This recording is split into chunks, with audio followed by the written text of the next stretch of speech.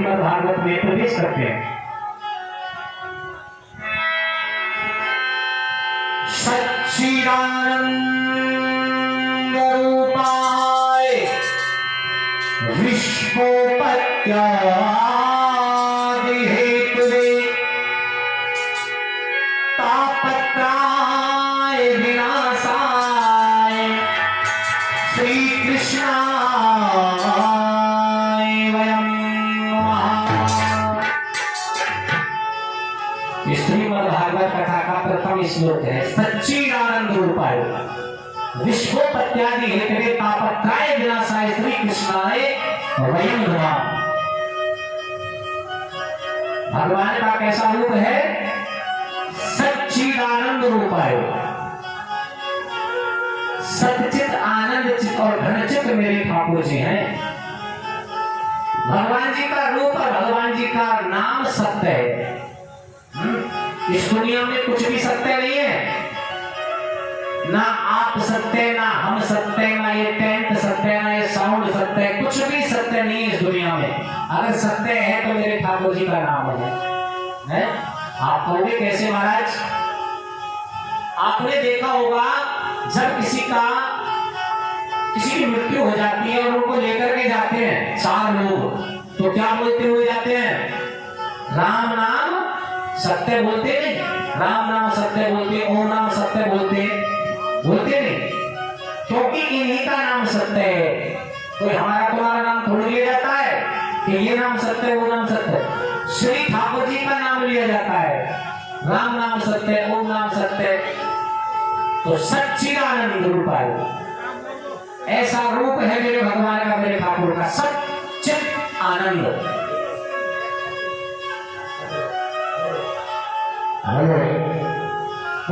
भगवान की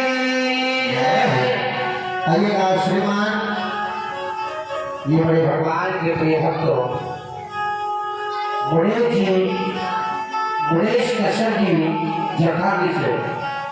देखिए आपके क्षेत्र में पहली बार जब हमने कहा कि आज से 2 महीने पहले, 2 महीने से आपके क्षेत्र में है, तो अभी जो मैं नाम ले रहा था मुनेश जखानी से, इन्हीं के सपुत्र है संजीव। उन्होंने हमें गोवर्धन धाम से बुलाया था। वो 50 रुपए भगवान की कथा में दान कर रहे हैं। भगवान से मैं प्रार्थना करूंगा कि उनकी दीर्घायु करें, और जिस खजाने से धन आया है भगवान से प्रार्थना करूंगा उस खजाने में कभी कभी ना आए। श्रीमान फूल सिंह जी के लड़के पप्पू सिंह जी ये 50 रुपए भगवान की कथा में दान कर रहे हैं। और श्रीमान अतुल जी 20 रुपए भगवान की कथा में दान कर रहे हैं। भगवान से प्रार्थना करने लगे, बोले हरि भगवान की सच्चिदानंद रूपाय विश्वोपत्यादि हेतवे, विश्व को उत्पत्ति करने वाले। विश्व की जो उत्पत्ति की है किसने की है? मेरे नारायण ने तो की है। विश्व उत्पत्यादि हेतवे तापत्राय विनाशाय श्री कृष्णाय वयं नमः। तापत्राय विनाशाय, जो ताप है तापों का विनाश करते हैं। ताप कितने प्रकार के होते हैं?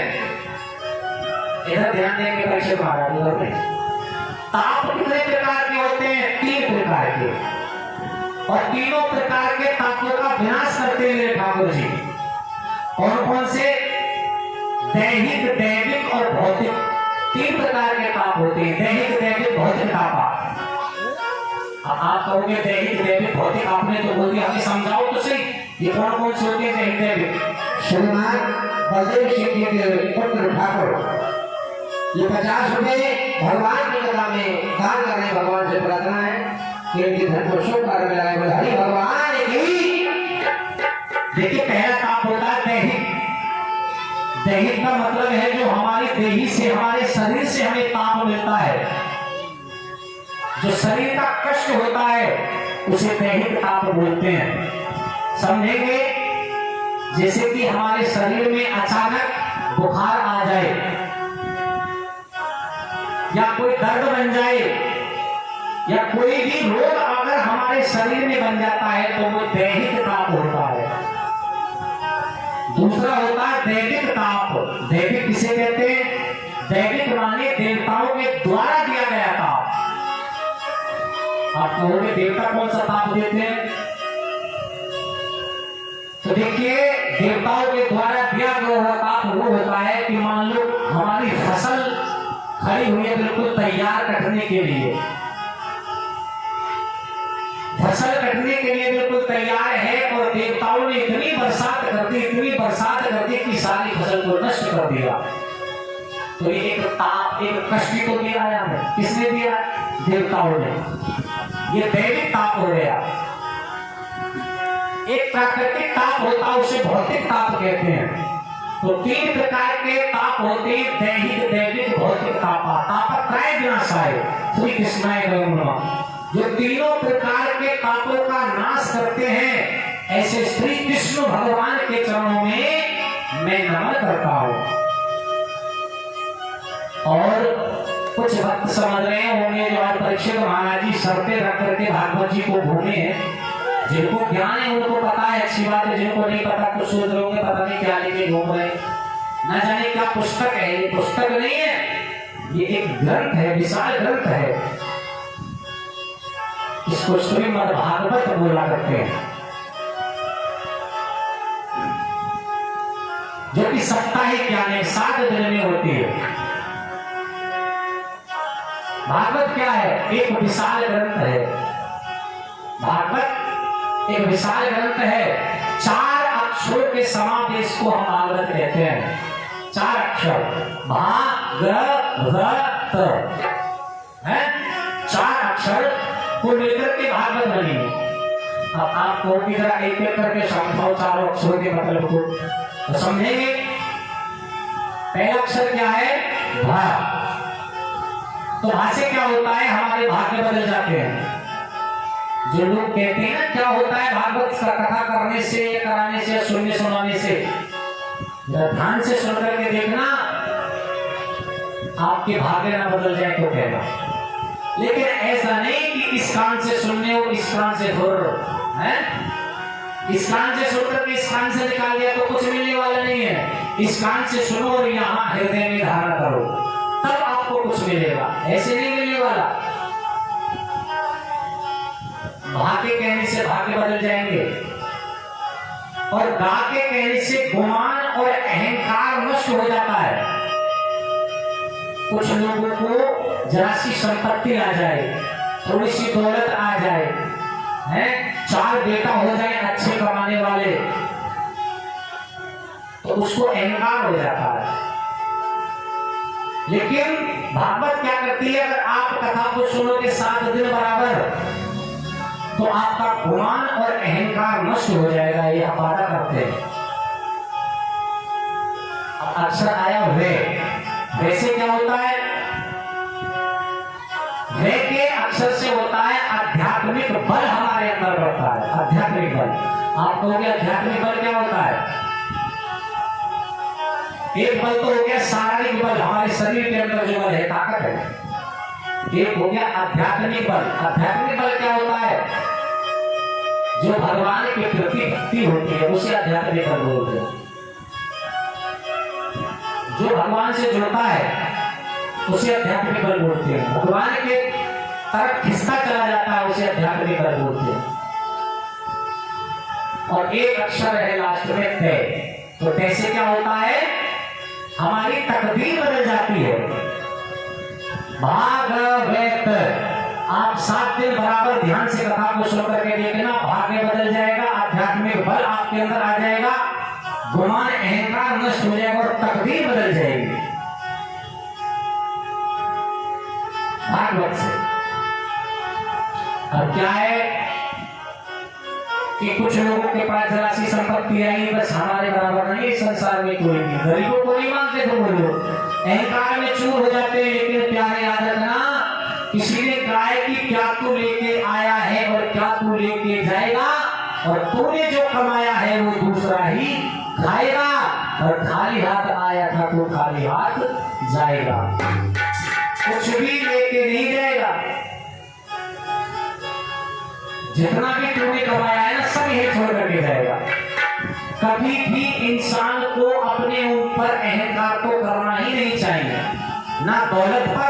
ना शोहरत पर, ना औलाद पर, ना अपनी सुंदरता पर।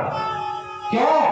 क्योंकि एक पैर को उठा करके दूसरे पैर की हमें नहीं पता कि पल से पल में क्या हो जाए। कहते कि पल से पल में क्या हो जाए मानव तेरे शरीर का कुछ पता नहीं तकदीर का। अब ऐसी ऐसी घटना हुई कि एक मिनट के अंदर 241 जाने चली गई। सुना होगा आपने, कुछ दिन पहले अहमदाबाद में एक केस हुआ था जहां प्लेन क्रैश हुआ था, हवाई जहाज में जो आग लगी थी। हम तो कुछ भी नहीं है उनके बराबर, हम तो साधारण पुरुष हैं। लगा लो लोग कितने रईस होंगे जो हवाई जहाज में यात्रा कर रहे हैं, वो गरीब तो हो नहीं सकते भाई। हवाई जहाज में जो रईस होंगे, पैसे वाले होंगे, वही यात्रा करते हैं। 2 मिनट पहले उन्होंने ऐसे ऐसे सपने देखे थे, मन में ना जाने क्या सोचा था, लेकिन 2 मिनट के अंदर मात्र 2:38 पे वो प्लेन उड़ा और 2:40 पर उसमें आग लग गई, जिसमें 241 जान तो उनकी गई जो हवाई जहाज में बैठे थे। और जो जहां पर वो बिल्डिंग में जाकर के टकराया वो एक हॉस्टल था बच्चों का, जो डॉक्टरी की पढ़ाई कर रहे थे, MBBS की पढ़ाई वहां कर रहे थे। न जाने कितने बच्चे नौजवान वहां धरती मारे मात्र 2 मिनट में। तो किसी को कुछ नहीं पता कब किसके साथ क्या हो जाए। इसलिए कभी किसी की बुराई मत लो, किसी के साथ गलत काम मत करो, अपना अहंकार मत दिखाओ, केवल भगवान के प्रति आस्था रखो, भगवान से जुड़े रहो और सबसे अपनी दुआ सलाम अच्छी रखो। ऐसा कार्य करो जो लोग कहें, हाँ वो मरने के बाद भी ये कहें कि वो बहुत अच्छा इंसान था, प्रभु तुमने बहुत बुरा कर दिया, उसे अपने पास बुला लिया, ऐसा क्यों हो गया। ऐसा कार्य मत करो जो लोग मरने के बाद कहें बहुत बुरा इंसान था, चला गया, सही है। अच्छा कार्य करो। ये माया जो होती है ना, किसी का साथ नहीं देती। माया बहुत बुरी चीज है।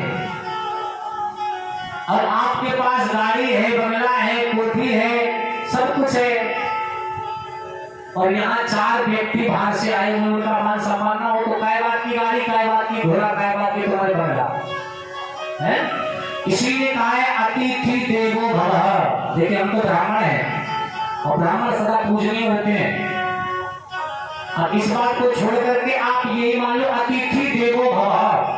अतिथि माने मेहमान, देवो माने देवता, भव माने होता है। मेहमान भगवान के समान होता है, देवता के समान होता है। अगर हम पर पूरे गांव पर उनकी सेवा नहीं हुई, उनके मान सम्मान में अगर ठेस आई तो फिर बेकार है?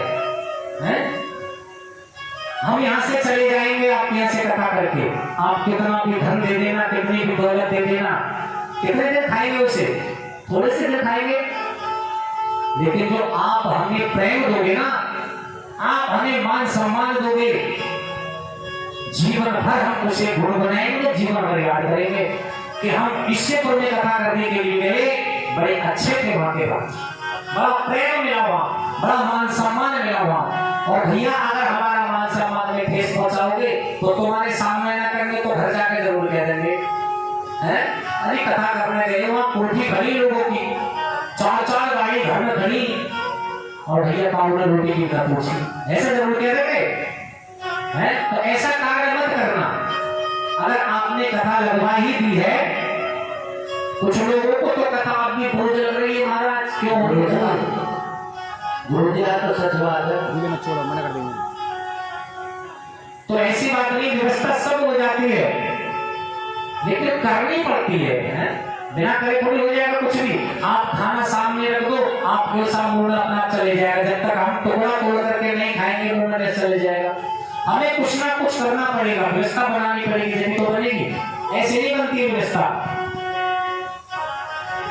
आप लोग सभी गांव वाले, ऐसा नहीं है कि राम अवतार जी को हमने परीक्षित महाराज बना दिया तो राम अवतार जी करेंगे, तो राम जी के घर पे हम रुके हुए हैं तो वही करेंगे, वो बेचारे बहुत कुछ कर रहे हैं। वो तो कल भी उनके यहाँ भोजन किया, नाश्ता भी सुबह उनके यहाँ किया, बहुत व्यवस्था बना रहे हो, तो अब यही मतलब नहीं है कि तोताराम जी के यहाँ तो वही करते रहेंगे या प्रधान जी ने जिम्मेदारी ली तो प्रधान जी करेंगे, नहीं, पूरे गांव की जिम्मेदारी है ये। या जो लोग कथा गा रहे केवल वही करेंगे, नहीं, पूरे गांव, क्योंकि पूरे गांव की बात होती है। तो विशेष करके सब भक्तों को सबसे पहले तो ये ध्यान देना है, हमारे भोजन की व्यवस्था, हमारे ठहरने की व्यवस्था, हमारे नाश्ते की व्यवस्था, इस बात पर विशेष ध्यान होना चाहिए। और ध्यान है, हमारे प्रधान जी ने कहा महाराज बिल्कुल चिंता मत करो, आज थोड़ी सी कमी होगी, कोई बात ना। अब कमी कैसे हो जाती है पता है, एक दूसरे के चक्कर में कमी हो जाती है कि वहां खा लेंगे, वहां उन्होंने कह दिया होगा, उन्होंने कह दिया होगा। अब जिम्मेदार तो कोई बना नहीं, अब सबने दीवान जी पर छोड़ दिया, दीवान जी बताएंगे जहां भी होगा भोजन। अब बेचारे दीवान जी सुबह से साउंड के चक्कर में लगे पड़े हैं, दीवान जी को रोकना चाहिए सुबह से। बड़ी मेहनत करी आज दोनों बाप बेटा ने, देखिए छोटा सा लड़का उसने बड़ी मेहनत करी आज महाराज। आज जिस समय कलश यात्रा हो रही थी तो आप लोग तो सब कलश में लगे हुए थे, हम देख रहे थे दोनों की मेहनत। पता क्या कर रहे थे वो, जो छोटा सा बेटा है वो बोतल लेकर के नलके से पानी भर के लाने पे और दीवान जी जनरेटर में पानी डालने पे, बराबर काम ये चलता रहा दोनों बाप बेटा होगा। हम बड़े प्रसन्न हुए, हम चलो दिल से काम कर रहे हैं, क्योंकि जनरेटर लीकेज था, जो उसका रेगुलेटर होता है वो लीकेज था, पानी नहीं पड़ा था उसमें, तो दोनों बाप बेटा होना है थोड़ी के लिए काम करा बेचारे। तो खाली दीवान जी पे मत छोड़ो, सबको आपको ये व्यवस्था बनानी है। और देखिए आपको एक बात बता दूं, कल जैसे ही हम श्रीमान जी तोताराम जी के घर में हमने प्रवेश किया तो बड़े प्रसन्न हुए हो। प्रसन्न की बात नहीं है, बोले गुरुजी आज मेरे धन्य भाग हो गए कि मैंने पहली बार ये नया घर बनवाया है, और मैं सोचता था कि किसी अच्छे पुरुष के, महापुरुष के चरण मेरे घर में पड़ जाए। और ये देखिए भगवान जी की कृपा कि आप ब्राह्मणों के घर सबसे पहले मेरे घर में पड़े, आपके चरण, मैं धन्य हो गया। तो ऐसा विचार, ऐसा मन अपने अंदर लाओ।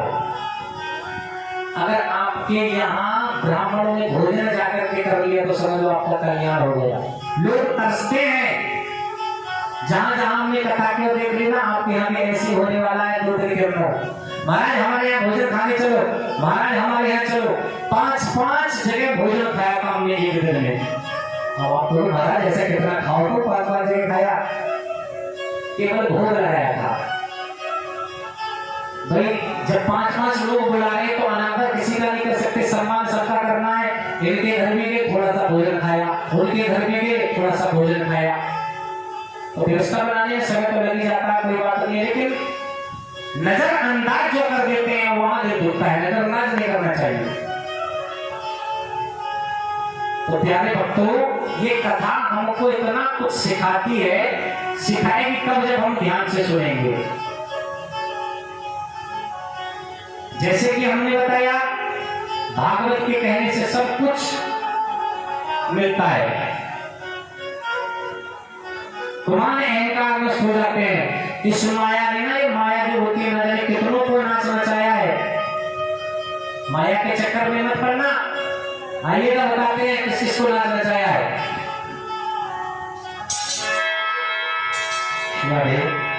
और देखिए कल से एक व्यवस्था और करनी है आपको, हम नाम तो नहीं ले सकते क्योंकि जानते नहीं कि अनजान है, कि एक भैया को, किसी को पढ़े लिखे को एक कॉपी लेनी है, एक पेन लेना है और दान लिखना है, क्योंकि बार बार अगर बोलेंगे तो कथा में विलंब होता है। एक बार लिख लो, लिख करके यहाँ बोल दे करेंगे, और पब्लिक में भी घूमना है। आज तो शुरुआत है कथा की, कम वक्त है, कल को बहुत ज्यादा आएंगे। और एक हमारी किसी बेटिया को या बहन को, किसी को एक महिलाओं में कॉपी लेकर के घूमना है, जिससे कि ज्यादा से ज्यादा दान आ सके। और यहाँ एक साथ बोल दिया करेंगे, कल से व्यवस्था बनानी है। तो आइए बड़ा सुंदर भजन है कि माया ने किस किस को नचाया है। जाने किस किस को नाच नचाए गई रे माया की चिड़ैया, उसको मारे कहीं रे नाराजी तेरिया। ताली बजा के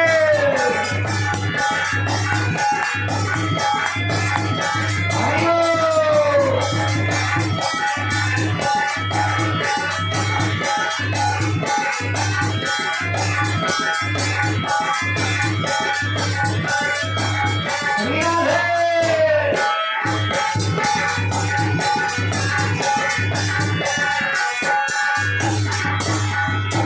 देखिए जो लोग माया के चक्कर में पड़ जाते हैं, अब सुनेगा माया को किस किसने नचाया है। माया ने एक बिना नारद पे बैठी,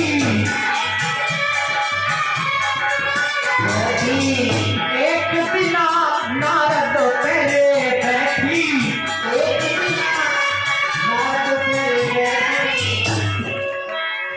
एक दिना माया नारद जी पर बैठ गई। नारद जी के साथ ने क्या किया पता किसी को? अरे तुम्हारे यहाँ तो रामलीला हो गया हर साल, और सबसे पहले जो प्रकरण होता है रामलीला में नारद मोह का होता है। नारद जी की कथा सबसे पहले होती है पहले दिन। देखा आपने क्या हुआ था नारद जी के साथ? है एक बिना नारद पे बैठी, एक बिना नारद पे बैठी। तो क्या क्या नारद जी के साथ? लाखों पंडर को मुखला बनाए गई रे माया की चिड़ैया।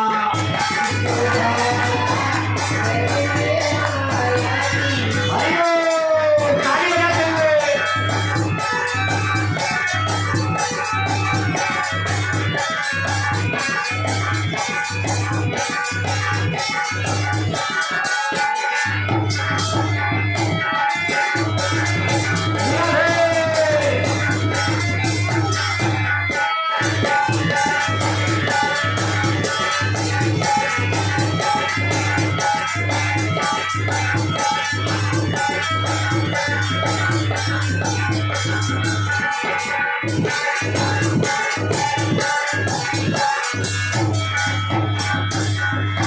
सुनिए किसी ने नारद जी के कथा क्या हुआ था?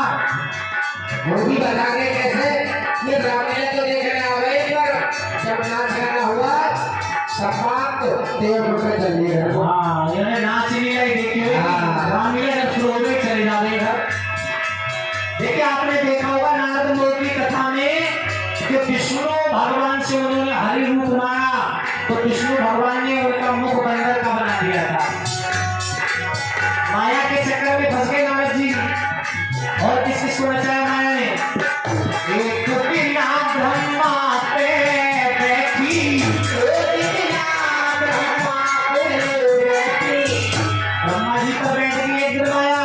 तो क्या किया? वक्त झूठ कलंक लगाए गई रे माया की चिड़ैया।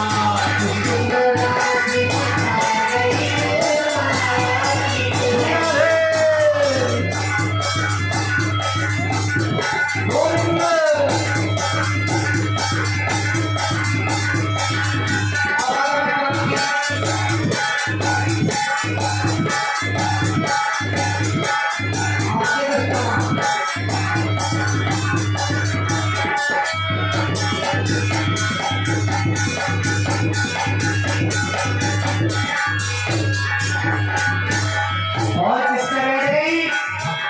एक बिना के कई पे बैठी, एक बिना के कहीं पे बैठी। एक बिना माया के कई पे बैठ गई। और परिणाम क्या हुआ? ये भी रामलीला का इसी ने राम को बन भिजवाए गई रे माया की चिड़ैया।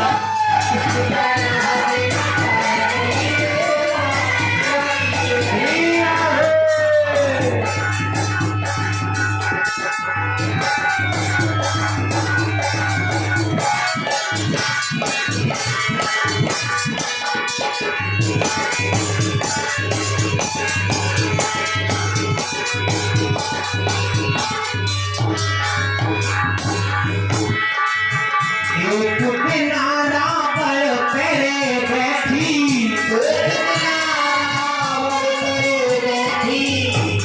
एक दिन रावण